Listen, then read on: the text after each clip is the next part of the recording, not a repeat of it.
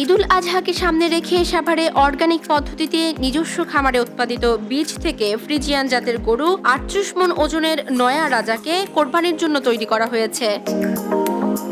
নয়া রাজাকে দেখতে ও মোবাইলে ফ্রেমবন্দি করতে ভিড় করছেন দর্শনার্থীরা।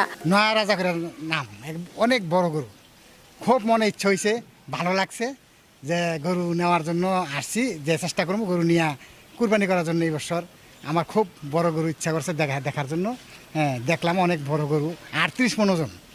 খামারি আবুল হোসাইন শখের বশে এই গরুটির নাম রেখেছেন নয়া রাজা। আর এই নয়া রাজাকে নিয়ে চোখে মুখে ভালো লাভের স্বপ্ন দেখছেন তিনি। খামারি আবুল হোসাইন বলেন, দক্ষিণ গাজীরচট এলাকায় আয়েশা এগ্রো নামে ১৯ বছর আগে একটি গরুর খামার তৈরি করি। ২০২১ সালে প্রথম গাবতলী কোরবানির হাটে নয়া রাজা নামে একটি গরু বিক্রি করি ১৫ লাখ টাকায়। তারই বংশধর ৩৮ মণ ওজনের এই নয়া রাজা। আগের নয়া রাজাকে হার মানিয়ে এবারও নয়া রাজাকে নিয়ে সাভারের বাজারে শ্রেষ্ঠ খামারি হওয়ার আশা করি। এছাড়াও কোরবানির হাটে বিক্রির জন্য ১০টি মহিষও প্রস্তুত করা হয়েছে। ২০২৪ কুরবানি ঈদকে সামনে রেখে আমরা অনেকগুলো গরু প্রস্তুত করেছি।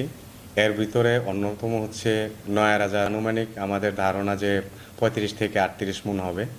তো এই নয়া রাজার দাম আমরা চাওয়া দাম হচ্ছে ২৫ লক্ষ টাকা। তো আশা করি অন্যান্য বছরের ন্যায় এবছরও আমাদের নয়া রাজা বাংলাদেশের ভিতরে সেরাদের তালিকায় থাকবে। খামারের পরিচর্যাকারী জানান, আমরা ৩ বেলা নয়া রাজাকে শ্যাম্পু দিয়ে গোসল করাই, এরপর তাকে পুষ্টিকর প্রাকৃতিক খাবার খাওয়াই। খাবারের তালিকায় থাকে কাঁচা ঘাস, ভুসি, খড়। আশ্চর্যের বিষয় হলো, অন্যান্য খাবারের পাশাপাশি নয়া রাজাকে প্রতিদিন ১০ লিটার দুধ পান করানো হয়। আমাদের নয়া রাজা এটা ছোট থেকেই লালন পালন করছি আমি, এবং তারা ৩ বেলা গোসল করাই, প্রতিদিন ১০ লিটার দুধ খাওয়াই, প্রাকৃতিক খাবার খাওয়াই। এবার কুরবানি দিয়ে ইনশাল্লাহ আমাদের এই নয়া রাজা সেরা গরু হবে। এ বিষয়ে সাভার উপজেলা প্রাণী সম্পদ কর্মকর্তা ডাক্তার সাজিদুল ইসলাম বলেন, কোরবানির ঈদ সামনে রেখে সাভার ও আশুলিয়ায় খামারিরা ব্যস্ত হয়ে পড়েছেন পশুকে মোটা তাজাকরণের কাজে। প্রান্তিক সহ অধিকাংশ বড় খামারের পশুগুলো হৃষ্টপুষ্ট হয়ে বাজারে তোলার উপযুক্ত হয়ে উঠেছে। এরই মধ্যে অনেকেই তাদের পশু বাজারে তুলেছেন।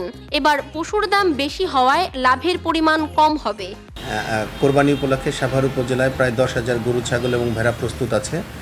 আমরা খামারিদের পাশে যাচ্ছি এবং তাদেরকে বিভিন্ন পরামর্শ দিচ্ছি, বিশেষ করে তারা যেন সঠিক সময়ে কৃমিনাশকটা করে এবং সব ভ্যাকসিন যেন ঠিকমতো প্রয়োগ করে, সেই ব্যাপারে আমরা তাদেরকে পরামর্শ দিয়েছি। এবং পাশাপাশি তারা যেন প্রাকৃতিক উপায়ে সার হৃষ্টপুষ্টকরণ করে এবং কোনো ধরনের ক্ষতিকর স্টেরয়েড অথবা অন্য কোনো ঔষধ বা গ্রোথ প্রমোটার যেন তারা ব্যবহার না করে, সেই ব্যাপারেও আমরা তাদেরকে পরামর্শ দিয়েছি। এবং সেই অনুযায়ী খামারিরা তাদের এই গবাদি পশুগুলো লালন পালন করছে। তবে শেষ মুহূর্তে ভারতীয় গরু না ঢুকলে বেচাকেনা ভালোই হবে বলে জানান খামারিরা। রূপালী বাংলাদেশ নিউজ ডেস্ক, সাভার।